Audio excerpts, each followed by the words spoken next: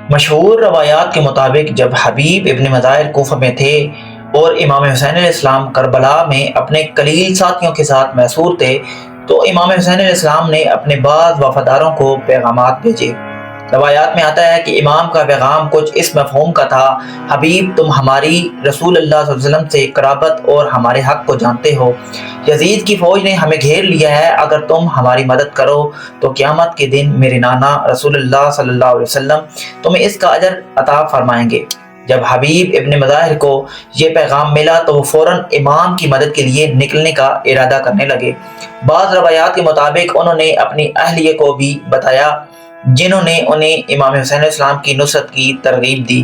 چونکہ کوفہ پر عبید اللہ بن زیاد کی سخت نگرانی تھی، اس لیے حبیب رات کے وقت خفیہ طور پر شہر سے نکلے اور کئی رکاوٹوں کے باوجود کربلا پہنچ گئے۔ امام حسین علیہ السلام نے انہیں دیکھ کر خوشی کا اظہار فرمایا۔ کربلا میں پہنچنے کے بعد حبیب ابن مظاہر نے امام حسین علیہ السلام کی فوج کی تنظیم میں مدد کی، قبیلہ بنو اسد کو مدد کے لیے آمادہ کرنے کی کوشش کی، عاشوراء کے دن نہایت بہادری سے جنگ کی، آخرکار شہادت حاصل کی۔